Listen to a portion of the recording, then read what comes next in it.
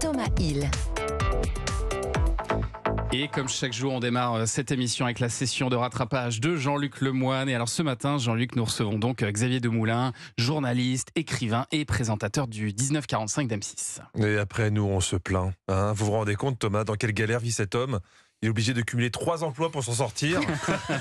Non mais ça paye pas bien M6.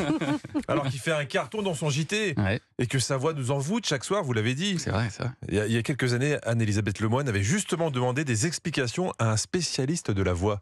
Il présente donc un journal qui est très suivi particulièrement chez les femmes de moins de 50 ans. Est-ce que sa voix y est pour quelque chose Oui. En fait, oui. Oui, c'est un peu notre réflexe reptilien. C'est-à-dire que la femme va être séduite par le brame du cerf, mais lui, c'est sa voix grave. Ah Voilà. oui, d'accord. Et Xavier Demoulin, spécialiste. c'est un animal sauvage. Il ne nous annonce pas les nouvelles, il brame. Hein. C'est pour ça qu'on a envie de l'écouter. Thomas, quand il présente Culture Média, ça fait juste fuir les rongeurs et les nuisibles. Si, mais il faut bosser, Thomas. Je sais pas, manger des cailloux, faites quelque chose. Rendez-vous caliente. Hein. À quel moment vous allez comprendre que ça sert à rien d'avoir un joli visage à la radio? Arrêtez de vous faire des masques pour vos cheveux, les auditeurs s'en foutent. Hein. Ah, dommage. C'est pour Europe1.fr. Bah oui, mais quand même, pensez pas qu'à .fr, pensez aussi à la radio. Et puis faites comme Xavier en interview, soyez sexy. Hein. Ne donnez que des réponses de lover. Un endroit insolite pour faire l'amour. La grande roue, Qu'est-ce que tu regardes en premier chez une femme? son âme. Une musique pour faire l'amour. Oh, il y en a tellement, mais un bon Elvis Presley. Je crois qu'il se vante, il se vante. Personne n'est capable de faire l'amour sur ce rythme. Ou sinon respect. Hein. Quant à la réponse, qu'est-ce que tu regardes en premier chez une femme? Son âme. Bah bien sûr. Je ne dirais qu'une seule chose, Xavier. On est d'accord. Xavier a aussi une passion. On a tous des problèmes dans nos vies plus ou moins graves, et quand ils sont très graves, effectivement, le cheval peut avoir une vertu thérapeutique. C'est tout à votre honneur de dire ça, Xavier. Peu de gens soutiennent autant que vous les boucheries chevalines. Non, C'est courageux. c'est lamentable. Alors Jean-Luc, pour votre session de rattrapage, vous aviez rendez-vous avec l'île de la Tentation, il me semble. Hein. Exactement. J'étais obligé de faire un petit rattrapage pour ceux qui veulent suivre, car à partir de ce soir, c'est ce soir. Enfin, ça passe du jeudi au lundi. Et comme il y a beaucoup de suspense, si on te fait pas un résumé, tu peux vite être perdu entre tous ces gens qui passent la moitié de la journée en slip pour se chauffer. Et en voyant ce 3e épisode, j'étais surpris car une info m'avait échappé. L'expérience de l'île de la Tentation ne fait que commencer. Voilà, c'est pas vraiment une émission, c'est une expérience. Désolé, je savais pas que le CNRS était sur l'île de la Tentation. Mais en même temps, j'aurais pu m'en douter car il y a quelques exercices qui te mettaient sur la piste scientifique.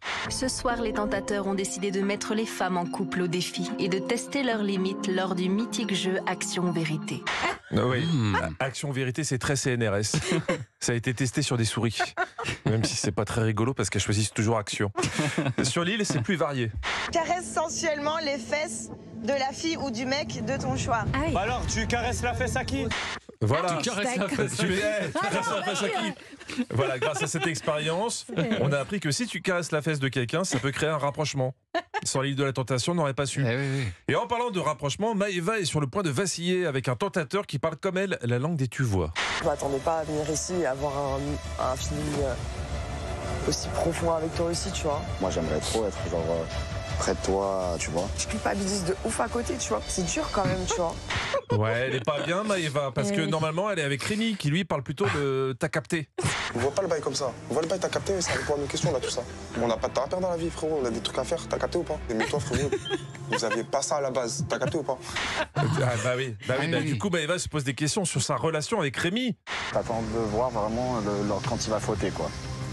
Ouais, en gros, c'est ça. Pour te rassurer.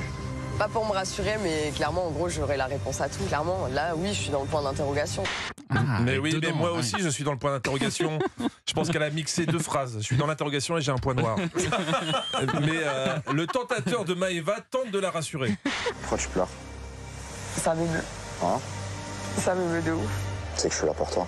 Pas vraiment. T'es surtout là pour le chèque, Pépito. Hein? Maëva, tu la connaissais pas il y a 2 jours. Allez, vivement la suite. Ah, c'est merveilleux, ça, l'île de la Tentation. Vous regardez Xavier Absolument Demoulin? pas. Non.